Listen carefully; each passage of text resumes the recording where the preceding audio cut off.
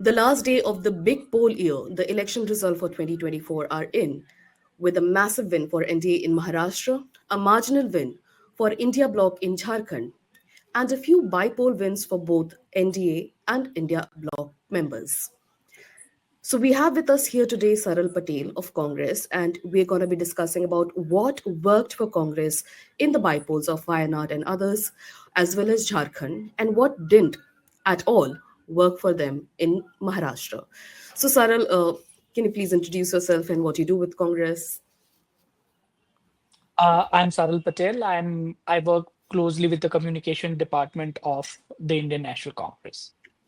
And sorry, I should first congratulate you for the massive win of Priyanka Gandhi. She broke her brother's record. I'm just being informed on the screen right now.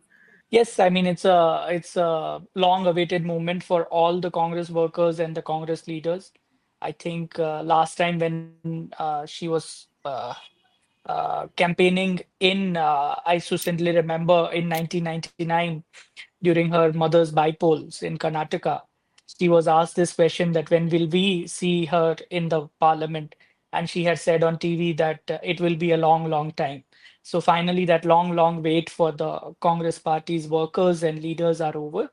And we are happy to see her in parliament very soon. Well, I'm sure it's a very happy day for her. But since you mentioned her campaigning days from 1999, and I remember during the 2024 Lok Sabha, much contested seat of Amethi, she had said during that time, when asked about her electoral debut, that she's a campaigner. She's always been a campaigner, first for her mother, then her brother, and now for KL Sharma, who was contesting the Amethi seat. We know that she's a good campaigner. We know her campaigns work. All the people she has campaigned for won. Why didn't we see a lot of her in Maharashtra? It was such a crucial battleground state. Well, I think she had her own election to contest in Wayanad. And despite that, I think she fairly campaigned well in Maharashtra as well as Jharkhand. Uh, but obviously, since the this elections collided with each other, it was only natural that she nurtures her constituency. She's amongst the people of Wayanad also, and that is what she did. She struck a balance between both the duties. Fair enough for Priyanka Gandhi. But Rahul Gandhi was also a major campaigner in Lok Sabha this year, and we saw him perform quite well in the Bharat Jodo Yatras. He was but conspicuously absent from Maharashtra campaigns. He was there for Jharkhand a lot. He was there for Wayanad a lot. But we didn't see as much of him as the tall BJP leaders were in Maharashtra. It would be a fraction of their presence. Did you lose out on the ground, or what went wrong there in Maharashtra? Not at all, not at all. I'm sure Rahul ji followed the instructions and orders given to him by the party leadership, the role decided for him by Congress president and the Congress working committee, and I'm sure he has lived up to those expectations. As far as Wayanad is concerned, he only campaigned for 2 days, so it's not that the Maharashtra and Jharkhand suffered at the cost of Wayanad, and he fairly campaigned well in Jharkhand as well as Maharashtra. He kick-started our campaign in Maharashtra. He was there for the guarantees launch, our promises when they were launched. So I think he has played his part as given to him by the Congress party and Congress president. Okay, so speaking of the guarantees, did the guarantees approach fail this time to connect with the people of Maharashtra? Uh, See, I mean, since the results were only clear about half an hour back, I would say it's too early for us to start commenting in what worked for us, what didn't work for us. Obviously, I congratulate BJP. Nobody expected that they would be doing this well in Maharashtra, which they have done. But at what cost? The Prime Minister came, communalized, and vitiated the entire atmosphere. He spoke about एक है तो safe है, बटेंगे तो कटेंगे, which even sent jitters down their own allies, where Ajit Pawar had to come and say that we don't buy this narrative. This is not UP that this narrative will work here. I mean, Ajit Pawar speaking out against his own allies, and then Devendra Fadnavis calling him, going to an extent, calling his own co-deputy CM as anti-Hindu mindset. These are the exact words that he used in one of the interviews. So this shows that they tried their best to vitiate the atmosphere of Maharashtra, and they tried the same in Jharkhand, but that didn't work. They raised the issue about the infiltrators and ghutspetiers and so on and so forth. And the people of Jharkhand have squarely rejected those agenda. But yes, it calls for a deeper introspection at our end, that what worked, what didn't work. But what obviously worked in favor of the BJP is that their ability to weaponize and misuse every possible institution. We saw on the live channels how their own national general secretary was caught with money, bag full of money, and there were allegations of him distributing that money, and he should have not been present in that assembly, but he was, and doing it so brazenly at such a by such a senior leader. This shows that it was not their slogan was "Batenge to katenge," but their work was towards bartering the cash. That is what. No, but he has sent a notice to your senior leaders that these are lies. But coming back to Maharashtra elections once, what connected with the voters, what did not? What do you think connected with the voters for BJP?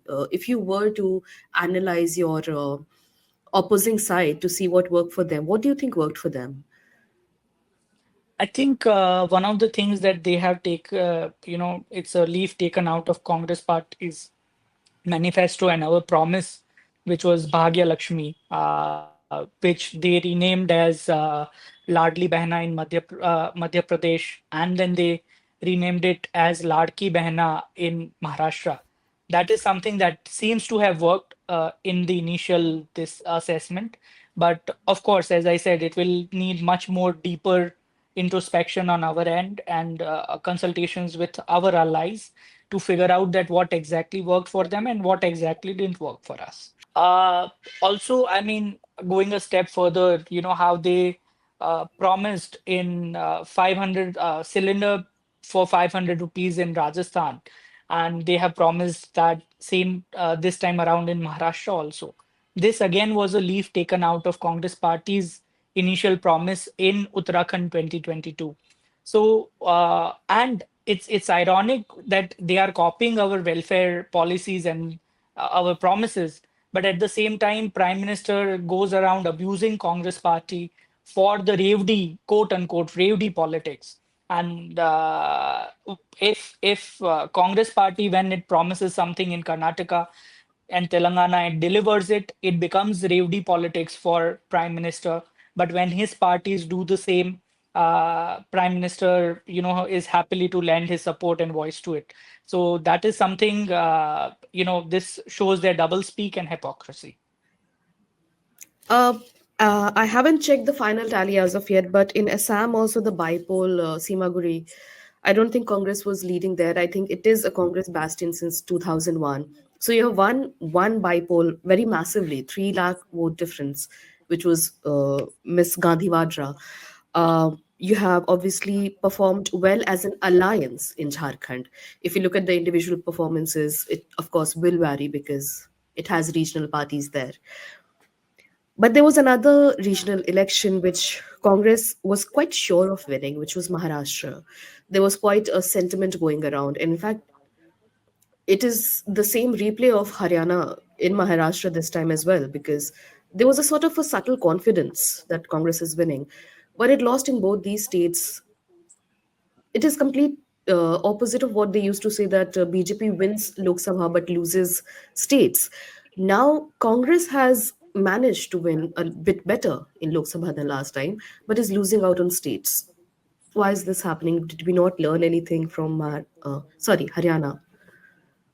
So, I mean, quickly before that, I would like to say that Congress Party has won both the bypolls that were happening in Karnataka also, despite BJP trying Mhm. its Yes, best yes. in influencing those elections by using and misusing central agencies.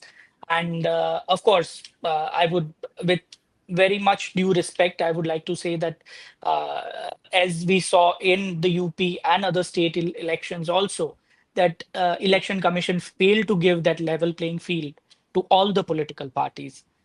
This elections we saw, visuals like people being stopped by police from voting. This were never seen before in Indian politics. So obviously, this also begs the question that election commission failed to give that level playing field to all the political parties across all the states. Number one.